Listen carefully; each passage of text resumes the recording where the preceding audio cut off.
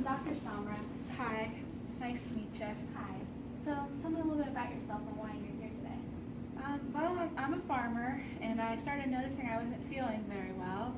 I noticed I have these bumps all over my body, and I'm just not feeling too great. I was wondering if you could help me out. Oh, so where the bumps specifically are on your body? Well, they started on my arms, and now they're all over, and they were just red, and now they're turning black. Oh gosh, that's not good. Yeah. And you have swelling too?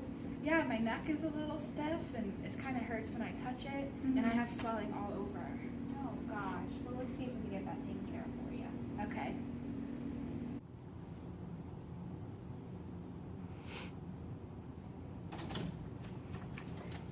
Morning, everyone. Morning. Anyone want a Dr. Pepper? I'm okay. Thanks, though. Alrighty, more from me.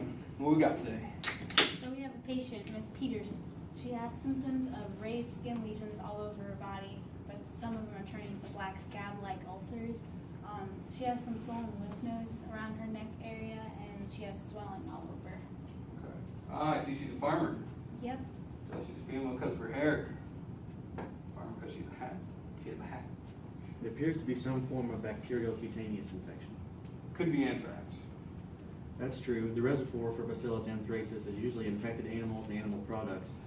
If someone comes into contact with an infected animal, they can develop the disease through several possible routes, including the skin, mucous membranes, or the respiratory tract. So which form of anthrax do you think she has? Well, there are three types. There's gastrointestinal anthrax, which is contracted through ingesting infected animal products which have been properly cooked. Symptoms usually include inflammation, nausea, vomiting, and a fever which progresses to abdominal pain and severe diarrhea. There's also inhalation anthrax, which comes from breathing in airborne particles of spores. This is the most deadly form and is very fatal. The patient starts out with cold-like symptoms, but they soon progress to severe breathing issues and shock. Luckily, this is very rare and unlikely. Then there's cutaneous anthrax. It's contracted by coming into direct contact with an infected animal or carcass. Any kind of outbreak in the skin can allow infection. Our patient's symptoms match those of cutaneous anthrax. How does the bacteria attach to host cells? Well, after spores enter the body, they begin to germinate and multiply. The bacteria's anti-phagocytic capsule allows it to avoid phagocytosis. It then releases a protective antigen, edema factor, and lethal factor. The protective antigen binds to TM8 or CMG7 receptors on the host cells, which then leads to the host cell allowing the anthrax toxin inside the cell through endocytosis. The edema factor is responsible for large amounts of fluid loss in the capillaries. The lethal factor causes cell death by necrosis and hemorrhaging, which it leads to tissue damage. So how infectious is the patient? Spreading of anthrax from person to person is very uncommon. In this case, it would require fluids from inside the patient's skin lesions to come into direct contact with it breaking another person's skin. However, precautions should still be taken. So it sounds like cutaneous anthrax is likely the diagnosis.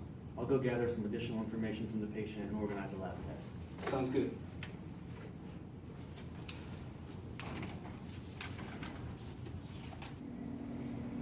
Hi, Ms. Peters. I'm part of Dr. Sommer's team, and we have been discussing a possible diagnosis for you. Okay, good. And while we're not positive on a diagnosis yet, we're leaning towards anthrax, and we're thinking you may be having cutaneous anthrax. I'm just going to gather some background information here to see if that's possible. What Okay. kind of farm do you run? Well, we have a farm pretty close to here. It has some cattle. Okay. That's primarily what we have. Okay, so have you had any animals that have died recently of any sudden, unexpected reasons?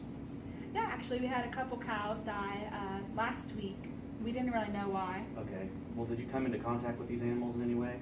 Yeah, I mean, I usually farm them every day. Okay. And when they passed away, my husband, he took them out back and buried them. Okay. Do you think there's any way, do you have any abrasions or cuts on your hands where you think you could have been infected by one of these sick animals?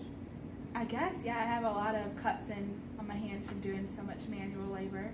Okay, well, that kind of confirms our reasoning here. We're going to go ahead and take some blood samples and go to the laboratory and try to get a solid diagnosis for you. Okay. All right. So, what do we got on Farmer Peter's blood tests? I ran a hemoglobination test by looking at the antibodies in the blood, and I also ran a gram staining test, which confirmed the presence of Bacillus anthracis. And if you want to look at the microscope slide, it shows the gram-positive rod-shaped bacteria with the antiphagocytic capsules. All right. I'll get this information back to the team. Hi there. I am Dr. Anderson. I've been leading your case here at the hospital. Nice to meet you. Hope you don't mind. We confirmed that you have anthrax from our blood test. We're going to treat it with the drug ciprofloxacin. Okay. We're going to be giving you one pill. It's going to contain 500 milligrams of drug. You're going to be taking it every 12 hours, so twice a day for the next 60 days. Okay. When you get back to your farm,